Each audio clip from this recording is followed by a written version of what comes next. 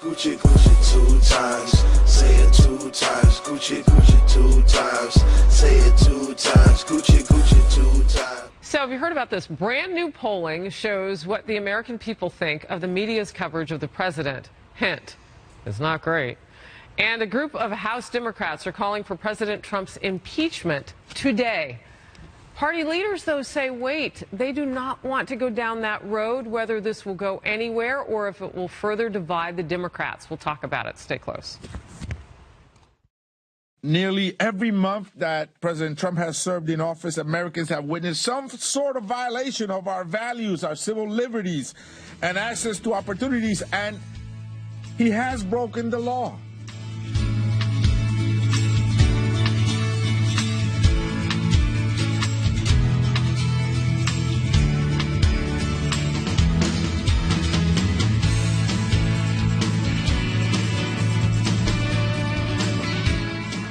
A new showdown looming on Capitol Hill. Some House Democrats this morning launching a push to impeach President Trump, despite leaders in their own party saying they want to avoid going that route. The group accusing President Trump of violating the Constitution. Watch. We are introducing articles of impeachment to remove President Trump from office. And given the magnitude of the constitutional crisis, there's no reason for delay. There are many reasons why I think the president is an awful president, an awful person. This president has committed misdeeds that merit impeachment. The president, Donald Trump, is a threat to our national security. But some top Democrats in recent weeks appearing concerned that such a fight may turn off voters and saying impeachment is not their focus. Watch this. I am not talking about impeachment because I'm talking about good jobs for folks. I'm talking about health care for all. I'm talking about making sure that we're fighting for the issues that matter most. Somebody has some facts that come forth about President Trump, but the chips fall where they may. But it's not someplace that I think we should go. Not a priority for you? No, okay. Our election is about meeting the needs of the American people. So, Ben, obviously you've got Democrats there saying that President Trump, it's a constitutional crisis, but doesn't it also have a destabilizing effect to try to weaponize impeachment? I mean, it has a destabilizing effect, I think, for Democrats more than it does for the country. I mean, the fact is that the Democrats at the top know that the worst thing that they can do right now is push impeachment preemptively before any crime has been committed, because nothing is going to rally Trump's base or alienate moderates, quite like a stupid impeachment hearing. By the same token, the idea that the Democrats have been pushing for since the election, which is that Donald Trump is a nut, that Donald Trump is a constitutional danger, that he's an incipient Hitler, well, that means that a lot of the Democratic base is saying, well, if all that's true, you need to get rid of him. Right? Do whatever you can to get rid of him now. So they have this split in their base that they can't exactly rectify. So it's weird to hear people like Nancy Pelosi and Tom Perez saying, well, that's not really a priority. Well, once you ratchet the urgency level up to 11, how is that not a priority? Well, and to that point, Trish, obviously what Ben just said, and also what we saw with some of the members calling for impeachment, but leadership saying, whoa, whoa, whoa. What does this do for Democrats heading into 2018? How do they walk this line between their base and trying to charge them up, but also being worried about being viable in a general election? Yeah, this is one where it can cut both ways, because in other words, you get a lot of Americans that say, gosh, they're nothing but obstructionists. And the Democratic Party, many members of it may feel as though their party has effectively not been able to do their job, because if they've been pushing this idea of impeachment but not actually doing stuff that's going to relate and matter to average Americans, then it's kind of a no-win. So I get why Nancy Pelosi is backing off this one. I get why Tom Perez is backing off this one.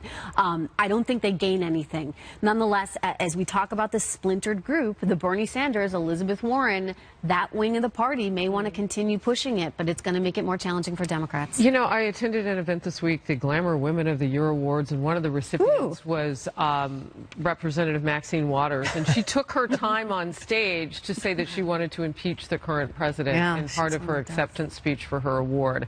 And I would just ask this question, and I mean, she legitimately has a lot of millennials who follow her and her party, the Democratic Party, but if you're home sitting and you're a voter, aren't you wondering just how long the Democrats are going to ignore the economic issues that really affect your dinner table? Well, I mean, also, don't you have to ask why Maxine Waters, maybe the most corrupt congressperson in America, is the one pushing impeachment? I mean, she is deeply, deeply question, corrupt.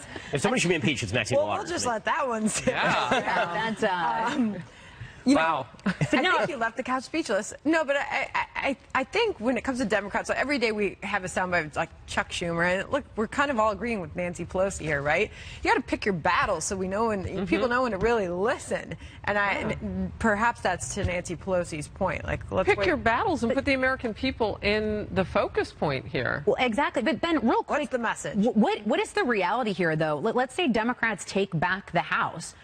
Is this something you see them actually moving forward? I mean, I think there will be a heavy push for impeachment from at least half of the Democrats in Congress. And I think that once that ball starts rolling, it's going to be very difficult to stop, because are you going to be the Democrat who wants to go on the record voting against impeachment of President Trump if someone actually brings that to the floor? So it's going to be a real sticking point for them. Again, they've gone over their skis when it comes to the radicalism of their calls about President Trump.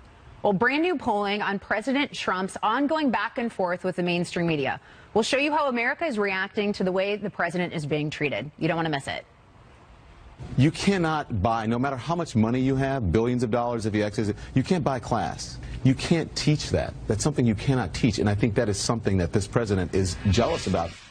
More Outnumbered in just a moment, but first let's touch base with Harris on what's coming up on Outnumbered Overtime in just a few moments. Hey, Harris. Hey, Sandra, thanks so much. So the man in charge of writing the House tax reform bill, Ways and Means Chairman Kevin Brady, will join me next hour. Will the House follow the Senate's lead and target the Obamacare mandate? How will that affect reaching a final deal?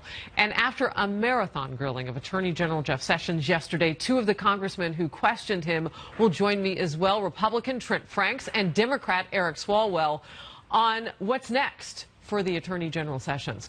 That and more when we go overtime. OT, baby, top of the hour, Sandra. We'll see you in a few minutes, Harris. Thanks. All right. This is what Joseph Stalin would do. This is what tyrants have done for years. To me, just made this entire spectacle seem like a fake news conference. We haven't had a president this psychologically troubled. I'm trying to use my language very carefully. We haven't had a president this psychologically troubled in this way since at least Richard Nixon. Nothing makes a man feel better than making a fake cover of a magazine about himself, lying every day and destroying the country. Wow, that Stalin comparison was something, huh? Well, that was just some of the media's fierce criticism of President Trump, and now a new Quinnipiac poll shows Americans are not very happy with that coverage, not one bit happy about that coverage, while the poll found that a majority trusts the media more than they trust President Trump. A larger majority, 58%, disapprove of the way the media has been covering the president, particularly its focus on negative stories about Mr. Trump.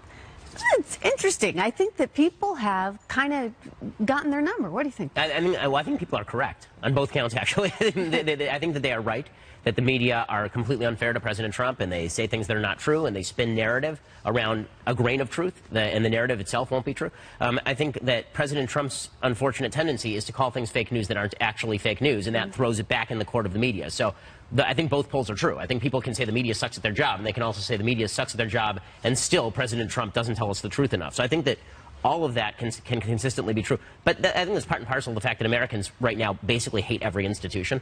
Like, if you look at polls about everything from the education system to the justice system to everything, Americans are really dissatisfied with all of the institutions which they feel have failed them on some elemental levels, and I think they're right.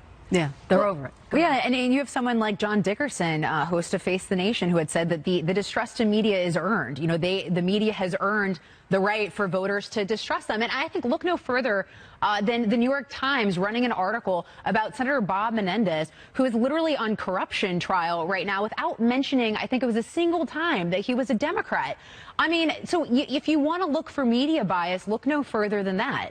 There's an endless history of this, too. I mean, if you look at the media today, there are a lot of articles in the last 2 days about, we got the Clintons wrong. Oh, we got Bill Clinton wrong. There was an article in Vox today. Right. Bill Clinton should resign in 1998. There was a New York Times op-ed yesterday about, we were wrong about Juanita Broaddrick. But if anything comes of the way that the president has handled the media through all of this, is that they're not acting like they're not biased anymore, and they're really putting it out there more than they ever did before he was president. That's certainly true, and I think that's where Trump has them on the ropes, is that they keep trying to maintain this patina of objectivity that does not exist. And it's so clear that it doesn't exist every single day. They'd be better off just saying, look, here's how I voted, I don't like President Trump, and now here's what I think of what he's doing. And do you guys remember the ice cream story?